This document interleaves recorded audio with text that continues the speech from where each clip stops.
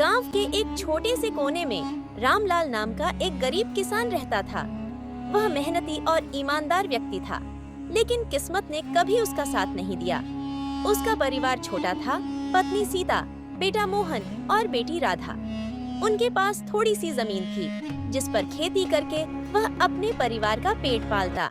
हर साल रामलाल बड़ी उम्मीद से अपनी फसल उगाता, लेकिन कभी बेमौसम बारिश तो कभी सूखा उसकी मेहनत पर पानी फेर देता। कर्ज बढ़ता जा रहा था और साहूकार का दबाव भी।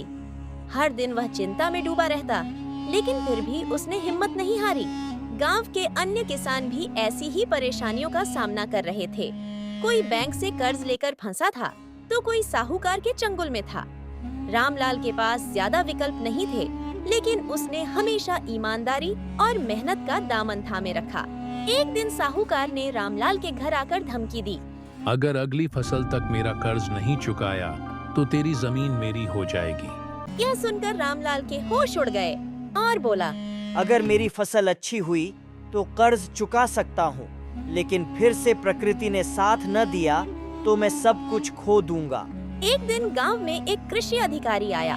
उसने किसानों को नई तकनीकों के बारे में बताया और समझाया। आप लोग कम पानी में भी अच्छी फसल उगा सकते हैं और आधुनिक तकनीकों का उपयोग से खेती कर सकते हैं। रामलाल ने उसकी बातों को ध्यान से सुनी और तय किया, इस बार मैं आधुनिक तकनीकों का इस्तेमाल करूंगा। उसने ड्रिप इरिगेशन तकनीक अपनाई, उन्नत बीजों का प्रयोग किया और जैविक खाद का उपयोग करने लगा।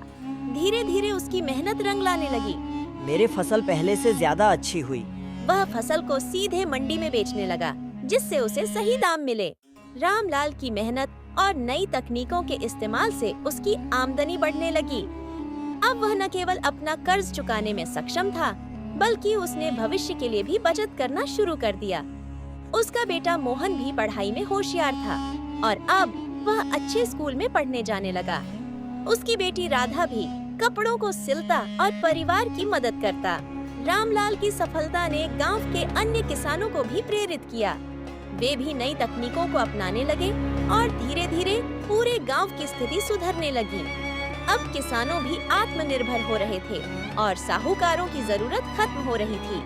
रामलाल का जीवन संघर्षों से भरा था, लेकिन उसकी मेहनत, लगन और नई तकनीकों को अपनाने की समझ ने उसे सफलता दिलाई। यह कहानी हमें सिखाती है कि कठिनाइयों से हार मानने के बजाय हमें नई राहें खोजनी चाहिए और पूरी मेहनत के साथ अपने लक्ष्य की ओर बढ़ना चाहिए।